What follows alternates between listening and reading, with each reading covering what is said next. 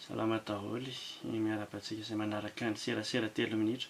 Hampanomanana zavatra hafa tokony tantaraina amin'ity serasera 3 minitra ity aho no mahazo alerta tampoka hoe misy horohorontany any Madagasikara. Misy alerta apetrako amin'ny telefona hatramin'izay nisy ny horohorontany teto Italia izay, dia raha vao misy horohorontany mihoatra ny 4,5 izany an, 4,3 izay, dia ilazahany dia napetrako hoe Madagasikara sy Italia. Dia henoko hoe misy horohorontany eto Madagasikara dia nijerevana dia 5,3 aloha ny information voalohany. 5,3 izany efa henjana ihany, dia avy eo dia niakatra 5,4 fa mbola eo andalam-panondrefesana azy koa zareo. Ny epicentre araka ny lazainy dia any 43 kilometra tsy mandrefan'ny Betafo, amin'ny faritra Vakinankaratra izany an, ary ny alalan'ilay izy dia any amin'ny 10 kilometra.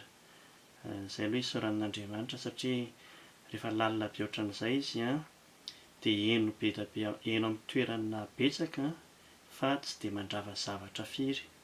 Ohatran'izany koa mantsy ny taty aminay, fa raha ohatra izy ka ambonimbony kely fotsiny noho izay, ohatra hoe 4 kilometra, dia amin'iny izy mandrava tanàna be dia be, mandrava tanàna izay ao manodidina azy fa tsy heno any alavitra kokoa.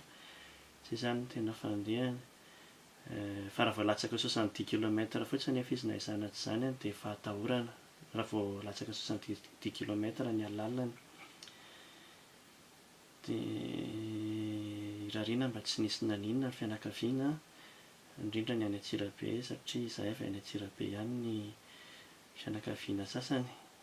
Dia rarina mba tsy nisy naninona na izany ary an, jereo ihany sao dia misy tritra ny trano an, indraindray amin'ireny misy toerana tsy dia hita ireny misy pasaka dia mila verifiena, dia mila amboarina ihany sao dia miverina ilay horohorontany.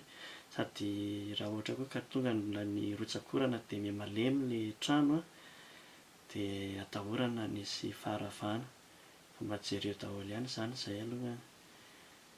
Dia arahabaina tsy maty foamanaina daholo nareo dia engany mba tsy hiverina fa iny atahorana mantsy ilay misy replika ilay izy, misy fiverenany tampoka izany rehefa avy eo. Izay fa dia Tafandrimandry matoriza raha ohatra ka mahita tory dia mivavaha ihany koa.